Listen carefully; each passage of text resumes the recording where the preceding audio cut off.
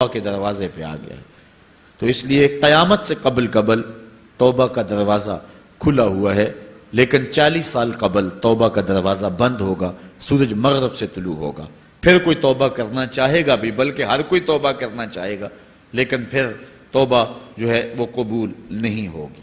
اسی طرح اور بہت سارے واقعات قیامت سے قبل جو ہیں وہ ظاہر ہوں گے، جن کی نشاندہی حضور نبی رحمت صلی اللہ علیہ وسلم نے فرمائی ہے۔ حضرت حذیفہ بن اسید انصاری رضی اللہ تعالی عنہ فرماتے ہیں کہ حضور تشریف لائے اور ہم کسی امر میں بات کر رہے تھے، تو حضور علیہ السلام نے ارشاد فرمایا کہ تم کس چیز کا تذکرہ کر رہے ہو؟ تو ہم نے عرض کی حضور ہم قیامت کے بارے میں ذکر کر رہے ہیں۔ تو حضور علیہ السلام نے ارشاد فرمایا کہ قیامت اتنی دیر تک قائم نہیں ہوگی جب تک یہ نشانیاں پوری نہ ہو لیں۔ ان میں سے ایک حضور نے دھوئیں کا ذکر فرمایا، دوسرا دجال کا تذکرہ کیا، تیسرا دابت الارض یعنی یاجوج اور ماجوج کا تذکرہ کیا کہ وہ نکلیں گے، اس طرح سورج کا مغرب سے نکلنا اس کا ذکر کیا، حضرت عیسیٰ علیہ السلام کے نزول کا ذکر کیا۔ اسی طرح حضور علیہ السلام نے زمین کا 3 جگہوں سے بیٹھ جانے کا ذکر کیا، ایک مشرق میں، ایک مغرب میں اور ایک جزیرہ عرب میں، زمین دھنس جائے گی نیچے، اس کا ذکر کیا۔ اور یمن کی جانب سے ایک آگ نکلے گی جو لوگوں کو دھکیل کر کے شام کے میدان میں لے آئے گی، اس کا تذکرہ کیا۔ فرمایا جب تک یہ نشانیاں پوری نہیں ہو جاتی اتنی دیر تک قیامت قائم نہیں ہوگی۔ تو یہ قیامت کے آنے سے قبل جو ہیں وہ نشانیاں ہیں جو ظاہر ہوں گی۔ اس کے علاوہ قیامت آنے سے کچھ اس سے بھی پہلے نشانیوں کا ظہور ہوگا، جس کا ذکر حضور نبی رحمت صلی اللہ علیہ وسلم نے ارشاد فرمایا۔ حدیث جبریل اس پہ بہت معروف ہے، جس کو حضرت عمر بن خطاب رضی اللہ تعالیٰ عنہ روایت کرتے ہیں۔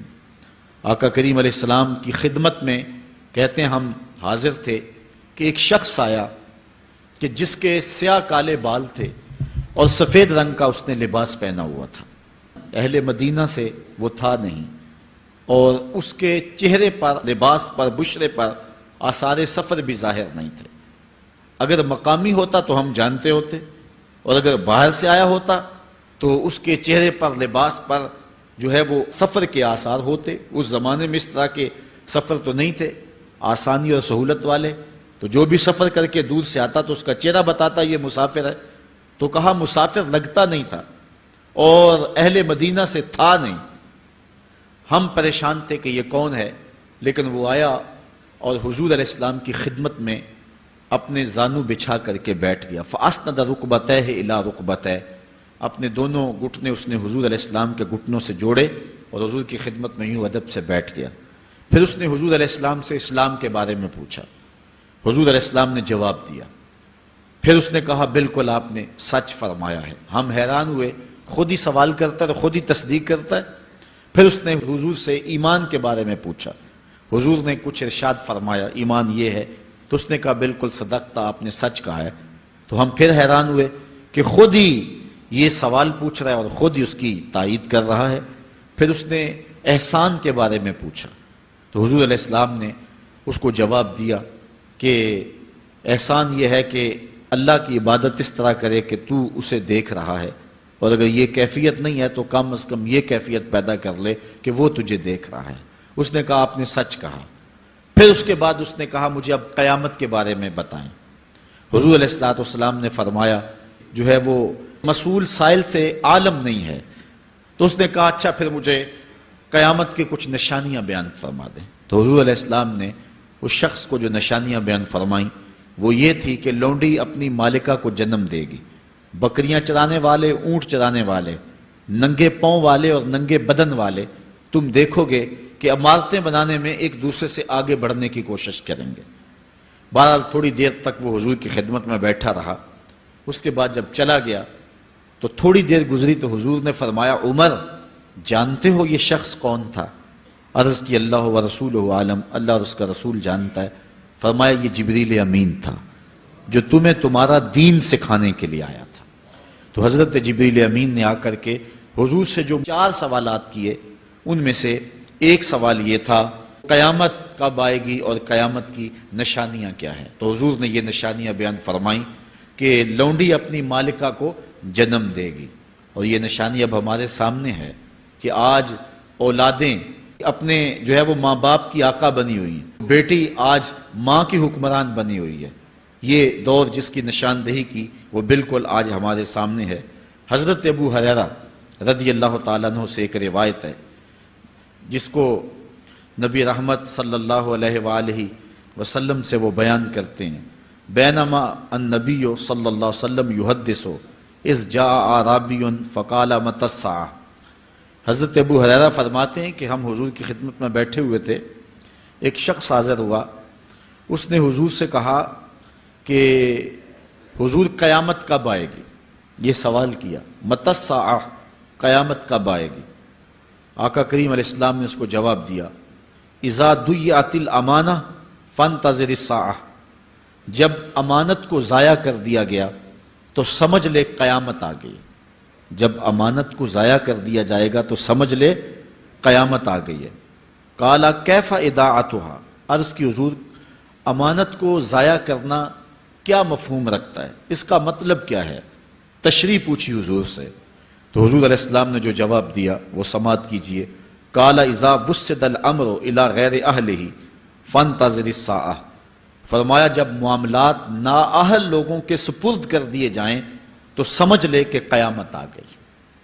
جب مسندوں کے اوپر مسندوں کے حقدار نہیں ہوں گے، جب زاغوں کے تصرف میں عقابوں کا نشیمن آ جائے گا، جب تخت و تاج کے مالک غدار، بے دین اور نااہل لوگ ہوں گے، جب تخت و تاج کی حکمرانی اور مسلح و امامت کے مسند کے اوپر بیٹھنے والے بھی نااہل ہوں گے، تو پھر سمجھ لینا کہ قیامت جو ہے وہ ظاہر ہو رہی ہے، اور قیامت کا پھر انتظار کرنا۔ آج جس زمانے سے ہم گزر رہے ہیں، ہم ذرا نظر اٹھا کر کے دیکھیں تو جس بھی منصب پر ہم کسی شخص کو دیکھتے ہیں، الا ماشاءاللہ کثیر تعداد یہی ہے کہ نااہل لوگ جو ہیں وہ عالی مرتبت مناصب کے اوپر بیٹھے ہوئے ہیں، جو کہ ان کے حقوق کو اور ان کے انتظام کو بھی نہیں جانتے ہیں، جو اس مسند کے تقاضوں سے بھی آگاہ نہیں ہیں، وہ بھی اس مسند کے اوپر بیٹھے ہوئے ہیں۔ ایک زمانہ تھا، یہ ہمارے بچپن کی کہانی ہے، کہ ایک مرتبہ اسمبلی میں بحث ہوئی آبپاشی کے بارے میں، کہ فصلوں تک معقول پانی نہیں پہنچتا اور جو ہے وہ فصل اچھے طریقے سے جو ہے وہ نہیں اگ پا رہی، اور ہمارا ملک زرعی ملک ہے، تو اس کے بارے میں سوچا جائے۔ تو بہرحال اس پہ جب بحث شروع ہوئی تو ایک رکن اسمبلی اٹھا، اس نے کہا کہ پہلی بات تو یہ ہے کہ فصلوں تک پانی پہنچتا ہی نہیں ہے، اور دوسری بات یہ ہے جو پہنچتا بھی ہے وہ بھی راستے میں جو بجلی والے ہیں وہ بجلی نکال لیتے ہیں، اب وہ بجلی نکل چکی ہوتی ہے پانی سے، اب وہ خالی پانی جو ہے وہ فصلوں کو کیا کرے گا؟ تو جب نااہل لوگ ایسی مسندوں کے اوپر اور ایسے مناصب کے اوپر بیٹھے ہوئے ہوں گے اور ہم لوگ ان کو منتخب کرتے ہیں، تو پھر آپ قیامت کا انتظار کیجئے، پھر قیامت آنے میں کوئی دیر نہیں ہے۔ تو حضور علیہ الصلوۃ والسلام نے 2 لفظوں کے اندر قیامت کے بارے میں یہ بات ارشاد فرما لی۔ یہ میں نے آپ کو اپنے بچپن کی کہانی سنائی ہے، لیکن اس دور کی کوئی ایک کہانی ہو تو میں آپ کے سامنے رکھوں۔ اس دور میں تو جو عالی مرتبت مناصب کے اوپر بیٹھے ہوئے انہیں سورہ فاتحہ تک نہیں آتی، سورہ اخلاص تک نہیں آتی ہے، تو اب بتاؤ کہ یہ قیامت کے قرب کی علامت ہے کہ نہیں ہے؟ آپ دیکھیں جس تخت پہ بھی، جس تاج پہ بھی، اور جس مسند اور منصب پہ بھی جو موجود ہے، کیا وہ اس کا حق ادا کر سکتا ہے یا اس کی اہلیت رکھتا ہے؟ وہ کیا کسی شاعر نے کہا تھا کہ ہر شاخ پہ الو بیٹھا ہے، انجام گلستاں کیا ہوگا؟ اور رومی نے اپنے زمانے میں کہا تھا کہ سگ وزیرو گرگ میرو موشرا درباں شود، این ارکان سلطنت ملک را ویراں شود۔ یہ ایک دردناک کہانی ہے، لیکن قیامت کی نشانیوں کے حوالے سے آپ اس بات کو سمجھیں اور حضور علیہ السلام کے فرمان کی روشنی کے اندر ہم اپنے حالات کا جائزہ لیں۔ حضرت انس رضی اللہ تعالی عنہ سے ایک روایت ہے، کہتے ہیں سمعت رسول اللہ صلی اللہ علیہ وسلم یقول، میں نے حضور علیہ السلام کو فرماتے ہوئے سنا ہے۔ یہ حضرت انس رضی اللہ تعالیٰ عنہ وہ صحابی ہیں جنہوں نے 10 سال تک حضور کی نوکری کی ہے، اور کہتے ہیں 10 سال میں ایک بار بھی ایسا نہیں ہوا کہ حضور نے مجھے اف بھی کہا ہو۔ کہتے ہیں کبھی ایسا ہوتا کہ میرے ہاتھ سے کوئی برتن ٹوٹ جاتا، ازواج مطہرات جو ہیں وہ اس پہ ناراض ہونے لگتی تو حضور علیہ السلام روک دیتے، فرماتے اسے کچھ نہ کہو، اس برتن کی عمر ہی اتنی لکھی ہوئی تھی، یہ اتنے عرصے کے لیے ہی پیدا کیا گیا تھا۔ تو آقا کریم علیہ السلام نے جو ہے وہ ازواج مطہرات کو بھی روکا کہ وہ مجھے جھڑکے نہ۔ خدم تو رسول اللہ صلی اللہ علیہ وآلہ وسلم 10 سنین، میں نے پورے 10 سال حضور کی نوکری کی ہے۔ بلکہ جب آپ کہیں گے کہ حضور کے خادم کا نام کیا ہے، سارے صحابی حضور کے خادم ہیں، لیکن نام حضرت انس رضی اللہ تعالی عنہ کا آئے گا، یہ حضور علیہ السلام کے خادم خاص ہیں، اور حضور سے بہت ساری باتیں انہوں نے سنی ہیں۔ تو ان باتوں میں سے ایک بات کہتے ہیں، سمیت رسول اللہ صلی اللہ علیہ وسلم یقولو، میں نے رسول کریم صلی اللہ علیہ وسلم کو کہتے ہوئے سنا، ان من اشراط الساعۃ ان یرفع العلم، قیامت کی نشانیوں میں سے ایک نشانی یہ ہے کہ علم اٹھا لیا جائے گا، جہالت پھیل جائے گی، علم اٹھا لیا جائے گا۔ آج لفظ زیادہ ہو گئے ہیں، انفارمیشن زیادہ ہو گئی ہے، لیکن جس کو علم کہا جاتا ہے، جو مومن کے سینے کا جمال اور نور ہے، آج وہ اٹھا لیا گیا ہے۔ آج لوگ کہتے ہیں جی جتنا علم آج ہے اتنا علم پہلے تو نہیں تھا۔ آج کوئی غزالی دکھاؤ، کوئی رازی دکھاؤ، کوئی رومی دکھاؤ، کوئی احمد بن حنبل جیسا شخص دکھاؤ، کوئی محمد بن حسن شیبانی جیسا شخص دکھاؤ، کوئی امام ابو حنیفہ کے نالین کی خاک جیسا شخص بھی دکھاؤ، تو یہ ایک غلط بات ہے کہ جی پہلے زمانے میں اتنا علم نہیں ہوتا تھا، اب علم بہت زیادہ ہو گیا، جی علم بہت زیادہ پھیل گیا۔ علم نہیں پھیلا ہے، یہ چند معلومات ہیں، انفارمیشن کا دور ہے، اور خبریں ہیں۔ جو علم ہے، جو کہ مومن کے سینے کا جمال ہے اور باطن کا نور ہے، جو زندگی کی راہوں کو اجالتا ہے اور زمانے کو مالک کی دہلیز کے قریب کرتا ہے اور انسان کو انسانیت سکھاتا ہے، وہ علم جو ہے وہ اٹھتا چلا جا رہا ہے۔ اور حضور سے پوچھا گیا کہ حضور علم سینوں سے اچک لیا جائے گا، سینوں سے کھینچ لیا جائے گا؟ فرمایا نہیں، علماء اٹھا لیے جائیں گے۔ جب علماء فوت ہو جائیں گے تو ان کی جگہ اس درجے کے لوگ نہیں آئیں گے، پھر زوال پذیر سلسلے ہوتے چلے جائیں گے، علم اٹھا لیا جائے گا۔ جب سینے علم سے خالی ہو جائیں گے تو پھر قیامت آ جائے گی۔ اس لیے حضور علیہ السلام کا فرمان ہے، کائنات کی ہر شے علماء کی زندگی کی دعائیں مانگتی ہے، حتی الحیتان فی البحر، یہاں تک کہ سمندروں اور دریاؤں کے اندر مچھلیاں بھی علماء کی زندگی کی دعائیں مانگتی ہیں۔ انہیں پتا ہے علماء ہیں تو کائنات مارز وجود میں آئی تو موجود رہے گی، اگر علماء نہیں ہوں گے تو کائنات جو ہے وہ بالکل قیامت کا شکار ہو جائے گی۔ تو پہلی چیز حضور نے ارشاد فرمایا، ان یرفع العلم، علم اٹھا لیا جائے گا، ویکثر الجہل، اور جہالت عام ہو جائے گی۔ علم کی جگہ جو ہے وہ جہالت عام ہو جائے گی۔ آج علماء نہیں رہے ہیں، آج ہم جو ہے وہ انحصار کرنے لگے ہیں چند ٹیلی ویژن چینلوں پہ، اور اس کا نتیجہ کیا ہے کہ مختلف چینلز کے اوپر بیٹھے بہت سارے لوگ گمراہی پھیلا رہے ہیں۔ یہ ایک الگ داستان ہے، ایک الگ کہانی ہے کہ کس طرح سے علم کا گلا گھونٹا جا رہا ہے اور کس طرح جو ہے وہ لوگوں کو گمراہ کیا جا رہا ہے۔ یہ جہالت کی کثرت ہے۔ اور تیسری بات جو حضور نے ارشاد فرمائی، وَيَكْسُرَ الزِّنَا، زنا عام ہو جائے گا۔ نظر کا زنا یہ تو اس زمانے کے اندر برا رہا ہی نہیں ہے، لوگ اس میں کوئی آر ہی نہیں سمجھتے۔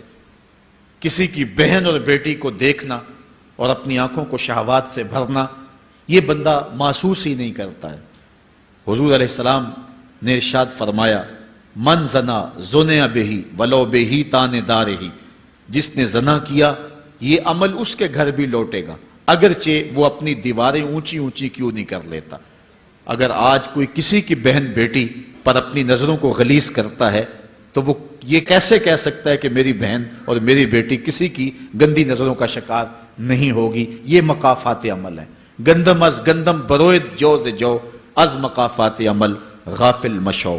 اس لیے بدکاری پھیل جائے گی، نظر کی بدکاری اور ہر طرح کی بدکاری، اور یہ اتنا برا اور کبھی کام ہے کہ اللہ تعالیٰ جل شانہ نے قرآن مجید میں اسے کھلی بے حیائی قرار دیا ہے۔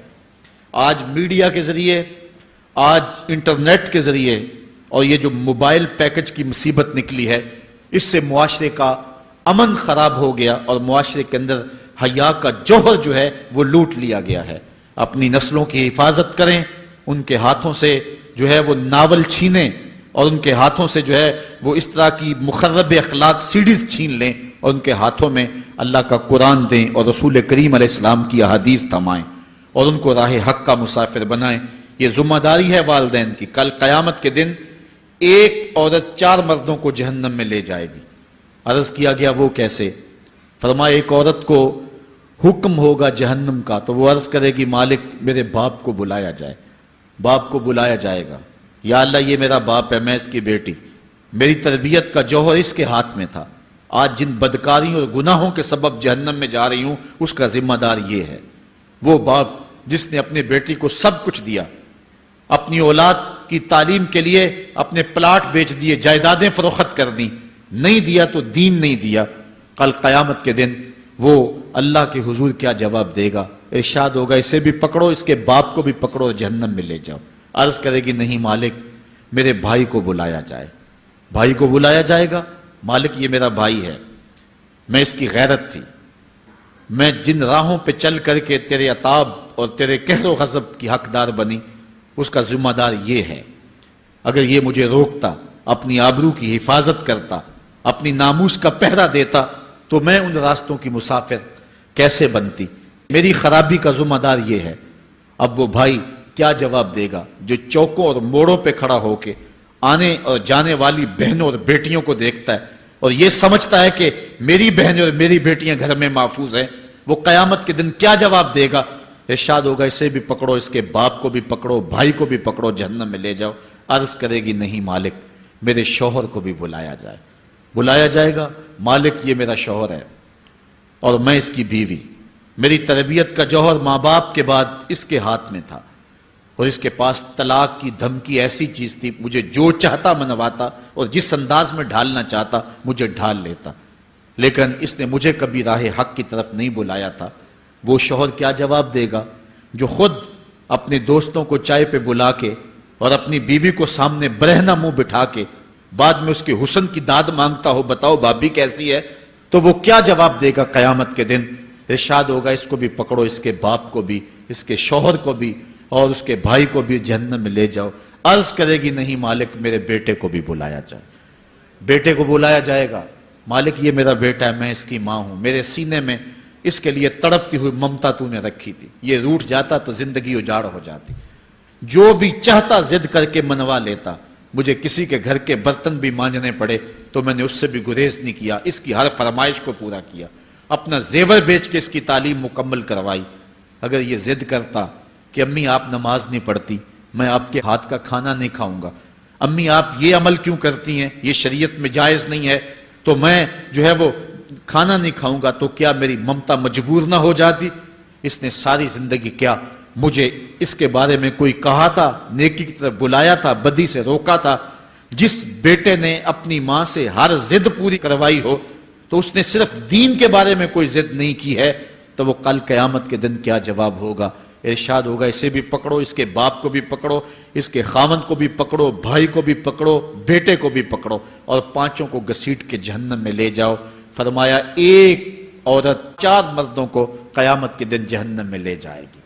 اس لیے میں اور آپ آج دیکھ لیں کہ ہمارا آخرت کا معاملہ کیا ہونے والا ہے اور ہم نے اس دنیا کے اندر کس طرح اپنی حفاظت کرنی ہے. چوتھی چیز جو حضور نے ارشاد فرمائی، وَيَكْسُرَ شُرْبَ الْخَمْرِ، اور شراب پینا عام ہو جائے گا. یہ قرب قیامت کی علامت ہے.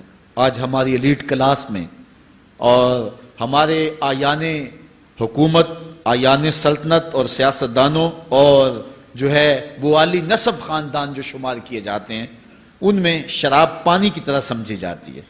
اور آج ہمارے ملک کے اندر جو ہے وہ کتنے شراب خانے موجود ہیں اور کتنے ٹنوں کے حساب سے جو ہے وہ بیرون ملک سے شراب درآمد کی جاتی ہے. یہ قرب قیامت کی نشانی ہے کہ شراب عام ہو جائے گی. ایک روایت میں آتا ہے شارب الخمر کعابد الوثن، شراب پینے والا بت پوجنے والے کی طرح ہے. کتنا سخت فرمایا گیا.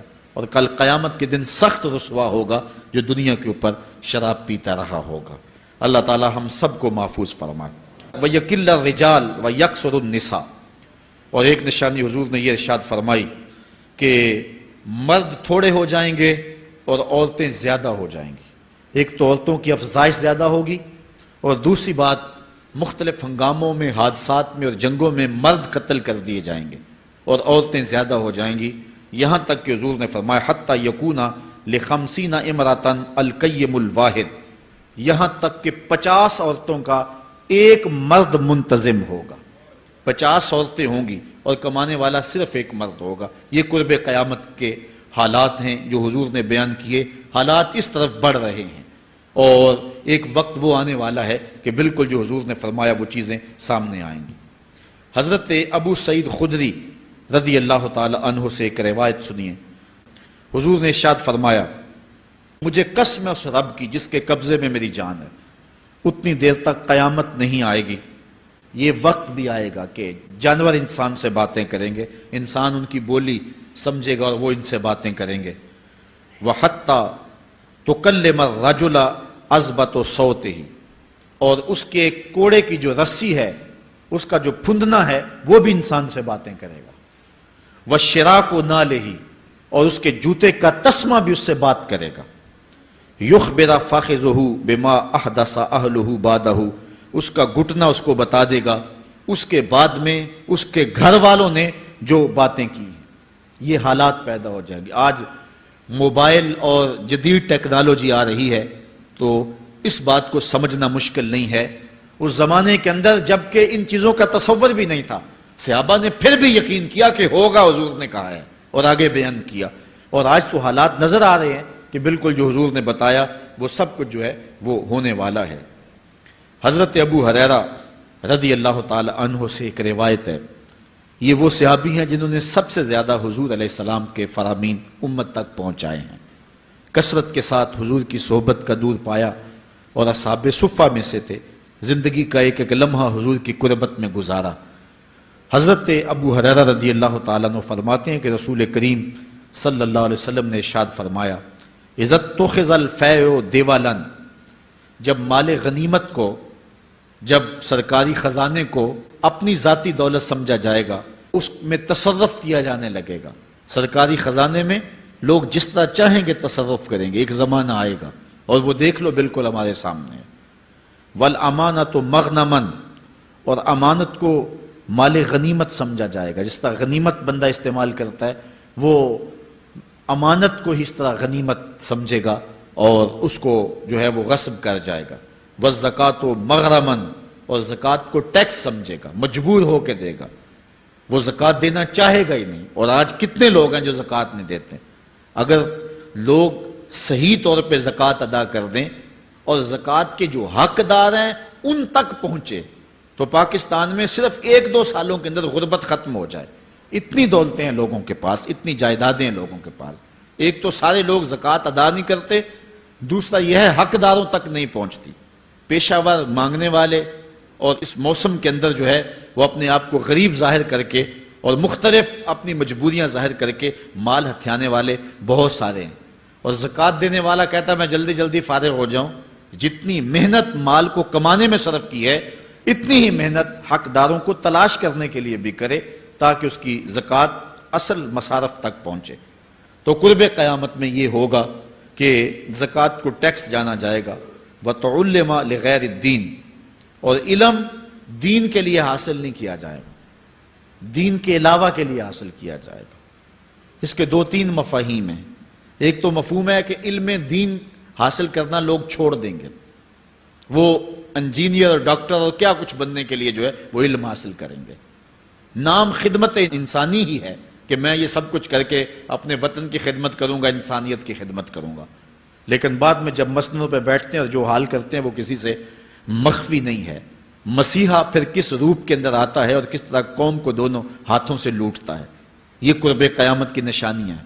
ہر بندہ جو ہے وہ علم تعلیم حاصل اچھا انسان بننے کے لیے نہیں، با کردار شخص بننے کے لیے نہیں، اچھا مومن بننے کے لیے نہیں، صالح فرد بننے کے لیے نہیں، بلکہ کمائی کرنے کے لیے، زیادہ زیادہ پیسے کمانے کے لیے وہ علم حاصل کرے گا۔ اور دوسری یہ بات کہ جو دین کا علم بھی حاصل کریں گے وہ بھی غرض و غائط جو ہے وہ اپنی چھوڑ دیں گے جس مقصد کے لیے جو ہے وہ علم حاصل کیا جاتا ہے۔ اور یہ قرب قیامت کی نشانی جو حضور نے بیان کی یہ بھی ہم اپنے اس زمانے میں دیکھ رہے ہیں۔ وَأَطَاعَ الرَّجُلُ امْرَأَتَهُ، اور آدمی اپنی بیوی کی اطاعت کرے گا، جو بیوی کہے گی وہ مانے گا، وَأَقَّى أُمَّهُ، اور ماں کو آگ کر دے گا، ماں کی پرواہ نہیں کرے گا، ماں کی نافرمانی کرے گا، بیوی کی بات کو ترجیح دے گا، اور ماں کی بات جو ہے اس کو ثانوی حیثیت دے گا۔ بہت بدبخت تو ایسے ہیں کہ جو ماں باپ کو ویسے ہی دقیانوسی کا تانا دے کے کہتے ہیں تمہیں تو پتہ ہی نہیں کسی بات کا، دنیا کہاں چلی گئی، اور ان کی کسی بات کو، کسی مشورے کو اور کسی حکم کو کوئی ترجیح نہیں دیتے۔ لیکن جب بیوی اور ماں دونوں کا حکم مقابلے میں آ جائے تو اس وقت وہ بیوی کے حکم کو ترجیح دیں گے۔ یہ قرب قیامت کی علامت ہے جو کہ ہم واضح طور پہ اپنے معاشرے میں دیکھ رہے ہیں۔ وَأَدْنَى صَدِيقَهُ وَأَقْصَى أَبَاهُ، دوست قریب ہوں گے، باپ دور ہوگا۔ دوستوں کو قربت دی جائے گی، ان کے ساتھ بیٹھنا اٹھنا بھی ہوگا، کھانا پینا بھی ہوگا، گپ شپ بھی ہوگی۔ دوست ایک بیل دے تو بندہ دوڑا جائے گا دوست کی پکار پہ، لیکن ماں باپ جو مرضی کہیں تو ماں باپ کی بات کو کوئی ترجیح نہیں دی جائے گی۔ یہ قرب قیامت کی نشانیوں میں سے ایک نشانی ہے، اور اس وجہ سے آج لوگ محروم ہو گئے ہیں اور گھروں میں برکت نہیں رہی۔ ماں باپ اگر کچھ کہیں، کوئی چیز لانے کے لیے بھی کہیں تو بچہ 100 بہانے کرتا ہے اور دوست کی پکار پہ لبیک کہتا ہوا بھاگ اٹھتا ہے۔ وَظَهَرَتِ الْأَصْوَاتُ فِي الْمَسَاجِدِ، مسجدوں میں لڑائیاں ہوں گی، مسجدوں میں جو ہے وہ آوازیں بلند ہوں گی لڑائیوں کی، ایک دوسرے سے الجھاؤ پیدا ہو جائیں گے۔ آج ہماری مسجدوں میں پنکھا بند کرنے سے لڑائیاں شروع ہو جاتی ہیں۔ یہ بالکل آپ کے قریب ایک شہر میں ہوا ہے، ایک آدمی قتل ہو گیا صرف اس معاملے میں کہ وہ ایک کہہ رہا تھا کہ لائٹ بند کر دو، اور دوسرے نے کہا کہ میں نماز پڑھ رہا ہوں تو تم نے مجھے دیکھا نہیں، اور اس بات پہ لڑائی شروع ہوئی، حتیٰ کہ فائرنگ تک نوبت پہنچی، اور ایک آدمی جو ہے وہ قتل ہو گیا۔ آپ نے اخبارات میں پڑھا ہوگا۔ تو اس طرح مسجدوں کے اندر جو ہے وہ لڑائیاں شروع ہو جائیں گی۔ یہ قرب قیامت کی نشانی ہے۔ وَسَادَ الْقَبِيلَةِ فَاسِقُهُمْ، قبیلے کا سردار سب سے فاسق اور بدتر شخص ہوگا۔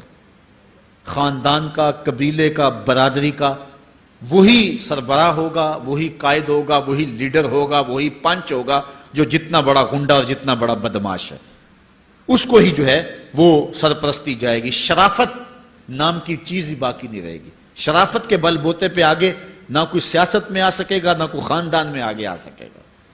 بلکہ اب تو حال ہی ہوا کہ ہماری محافل اور آراس کے اندر بھی جو مہمان خصوصی رکھے جاتے ہیں وہ بھی اس اعتبار سے نہیں رکھے جاتے کہ متقی شخص تلاش کرو جس کو مسند صدارت پہ بٹھایا جائے، جس کو مہمان خصوصی رکھا جائے۔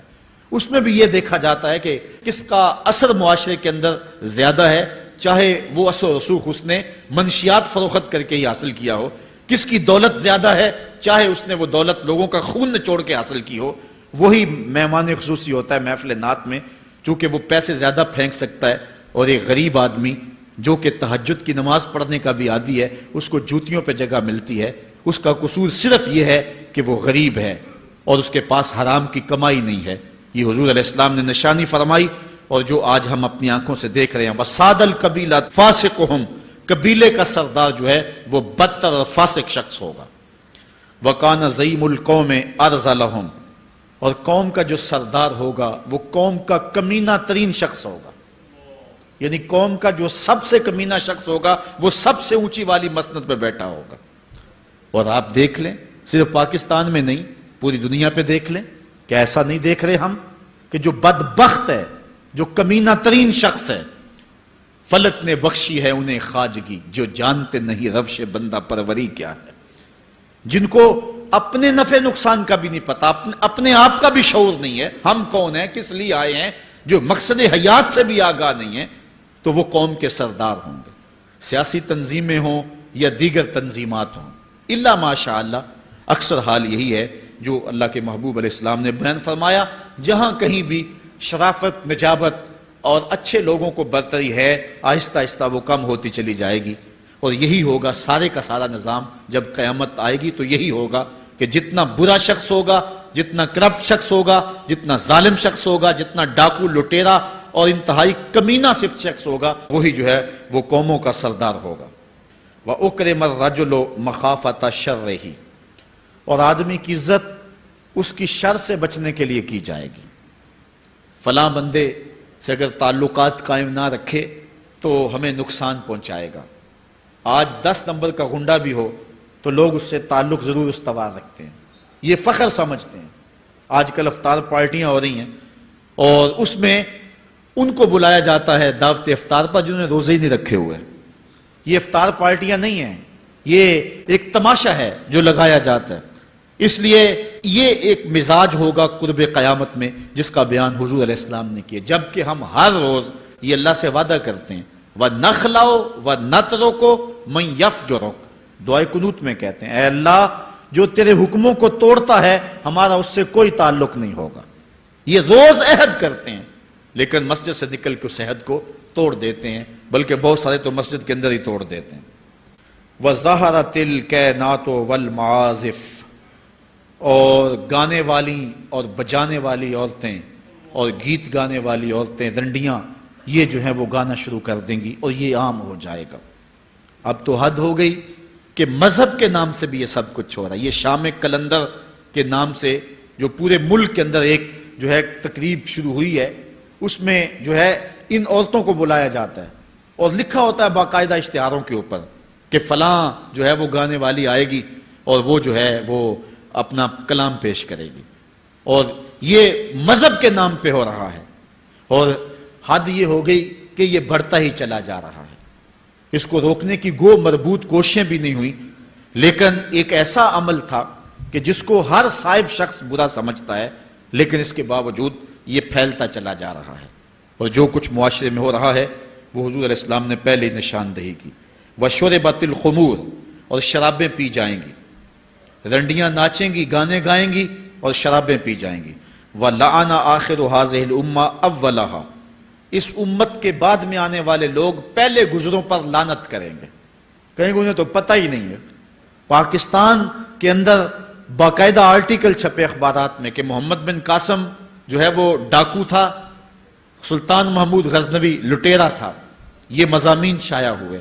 صحابہ کو گالیاں نہیں دی جا رہی، کتنے لوگ ہیں جو صحابہ کو برا بھلا کہتے ہیں، اور حضور علیہ السلام کے والدین طیبین جن کی وساطت سے یہ درے اور گوہر شاہوار ہمیں نصیب ہوا، ان والدین کو ممبروں پہ بیٹھ کے کیا جہنمی نہیں کہا جا رہا؟ تو یہ وہ زمانہ، کیا امام حسین کو باغی نہیں کہا جا رہا؟ پہلے لوگ اندر داخل ہو کے کرتے تھے اور کتابچے چھاپتے تھے، اب آہستہ آہستہ ممبروں پہ بھی آ گئے اور یہ بات کہی جانے لگی ہے۔ اس پر باقاعدہ اجتماعات منعقد ہوتے ہیں، اس پہ کہا جاتا ہے۔ ایک ٹی وی چینل کے اوپر یزید کو جو ہے وہ رحمت اللہ تعالی علیہ کہا گیا، کیا کچھ نہیں ہوا، یہ سب کچھ آپ کے سامنے ہے، یہ حضور نے بیان فرمایا، یہ ہونا تھا۔ آقا کریم علیہ السلام نے ارشاد فرمایا وہ وقت آئے گا کہ جو آخر والے ہوں گے وہ سمجھیں گے کہ ہم ہی جو ہے وہ دیندار ہیں، ہمیں دین کا ٹھیکہ ہے، اور پچھلوں پر لعنت بھیجیں گے کہ انہیں کیا پتا تھا دین کا۔ آج پچھلوں کے عقائد پر حملے ہو رہے ہیں اور انہیں مشرک کہا جا رہا ہے۔ میں نے ایک دن کہا تھا یہ بڑے زور سے کہا جاتا ہے جو یا رسول اللہ کہے وہ مشرک ہو جاتا ہے۔ میں نے کہا دیکھو اس فتوے کا اثر کہاں تک جاتا ہے۔ حضور علیہ السلام کے سارے صحابی آقا کریم علیہ السلام کی موجودگی کے اندر بھی، اور پھر دیکھیے مسلمہ کذاب کے مقابلے میں جو جنگ لڑی گئی، اس جنگ کے اندر حضرت خالد بن ولید نے لکھا کہ کافر بھی اللہ اکبر کا نعرہ لگاتے ہیں، ہم بھی اللہ اکبر کا نعرہ لگاتے ہیں، فرق ہی نہیں معلوم ہوتا اپنا کون سا ہے اور بیگانہ کون سا ہے۔ تو حضرت صدیق اکبر نے لکھا کہ جب وہ اللہ اکبر کا نعرہ لگائیں تم اس کے جواب کے اندر یا محمد آہو کا نعرہ لگاؤ۔ وَقَانَ شِعَارُ الْمُسْلِمِينَ يَوْمَئِذٍ یا محمد آہو، اس دن مسلمانوں کا شعار ہی یہ تھا، جو یا محمد یا رسول اللہ کہتا تھا وہی مومن مانا جاتا تھا، باقی کو تہہ تیگ کر دیا جاتا تھا۔ تو اگر یا رسول اللہ کہنا شرک ہے تو پھر سارے صحابی، وہ 10,000 صحابہ جو جنگ یمامہ میں شامل تھے، ان کے بارے میں پھر کیا کہو گے؟ پھر حضرت زین العابدین کے بارے میں کیا کہو گے جو کربلا کے میدان میں مدینے کی طرف منہ کر کے کہہ رہے ہیں یا رحمت للعالمین ادرک لزین العابدین۔ پھر حضرت زینب کے بارے میں کیا کہو گے؟ یا محمد آہو یا محمد آہو ھذا حسین مزمل بالدماء، جو کربلا میں کھڑا ہو کے کہہ رہی ہیں اے میرے نانا حضور، اے محمد عربی، آپ کے حسین کو دیکھو خون میں نہا گیا ہوا ہے۔ تو پھر کیا یہ فتویٰ تمہارا کہاں تک پہنچے گا؟ نہ صحابہ بچیں گے، نہ اہل بیت بچیں گے، اور نہ اولیاء امت بچیں گے، جنہوں نے کہا تھا یا رسول اللہ انظر حالنا یا حبیب اللہ اسما قالنا. تو یہ قیامت کی نشانیاں ہیں کہ اگلے جو ہیں وہ پچھلوں پر لانتے بھیجیں گے، ان کو برا بلا کہیں گے، صحابہ کو گالیاں، اہل بیت کو گالیاں، نواسب میں کیا کچھ نہیں کیا ہے. اور آج بھی جو دنیا کے اوپر ناسبی ہیں وہ اہل بیت کے بارے میں کیا کیا زبان استعمال نہیں کرتے، حضور کے والدین کے بارے کیا کچھ نہیں کہا جاتا. تو یہ سب کچھ ہونے والا ہے جو حضور علیہ السلام نے بیان کیا، کچھ ہو رہا ہے اور کچھ تم دیکھو گے اپنی آنکھوں کے سامنے. پھر ارشاد فرمایا فَارْتَقِبُوا عِنْدَ ذَلِكَ رِيحًا حَمْرَاءَ وَزَلْزَلَةً وَخَسْفًا وَمَسْخًا وَقَذْفًا وَآيَاتٍ تُتَابِعُ كَنِظَامٍ قُطِعَ سِلْكُهُ فَتُتَابِعُ. فرمایا کہ پھر جب یہ حالات ہوں گے اور یہ پوری طرح حالات معاشرے میں پیدا ہو جائیں گے تو پھر سرخ آندیاں آئیں گی، پھر انتظار کرنا سرخ آندیوں کا.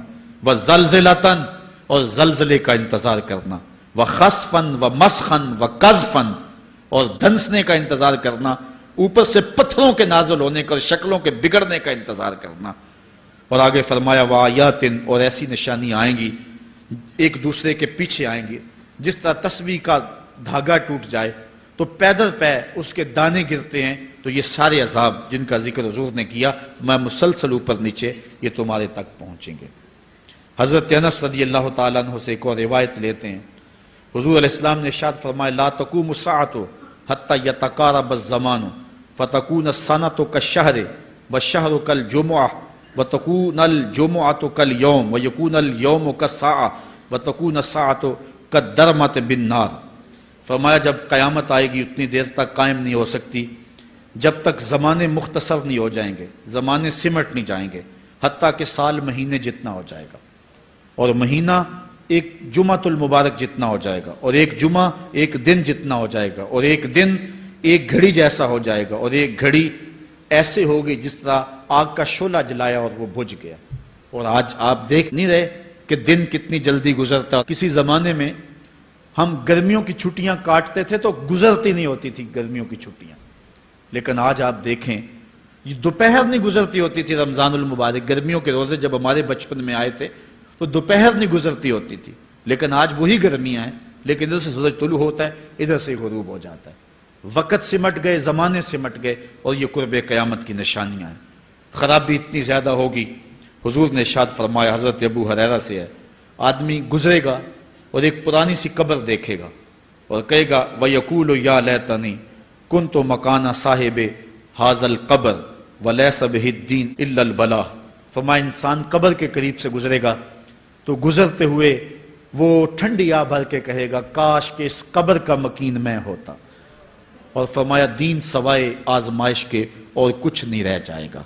یہ قرب قیامت کی وہ نشانیاں ہیں جو حضور علیہ السلام نے بیان کی. ایک اور نشانی حضور علیہ السلام نے بیان فرمائی کہ قرب قیامت کے اندر دین کا کام بھی درہم و دینار سے ہوگا.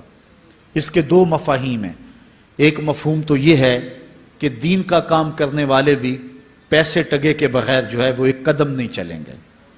کیا آج 2-2, 3-3 لاکھ روپے نعت پڑھنے کے نعت خواں وصول ہم سے نہیں کر رہے؟ اور آج جو ہے وہ کیا دین کوڑیوں کے عوض بیچا نہیں جا رہا؟ آج گھر نکلنے سے قبل طے نہیں کیا جاتا کتنے اب دو گے، کتنے واپسی پہ دو گے اور کتنے اوپر نچھاور کرو گے؟ دین کیا کوڑیوں کے عوض اور پیسے کے عوض بیچا نہیں جا رہا؟ ایک اس کا مفہوم یہ ہے. اور دوسرا مفہوم اس کا یہ ہے قرب قیامت میں اگر کوئی دین کا کام کرنا بھی چاہے گا تو درہم و دینار کے بغیر نہیں ہو سکے گا.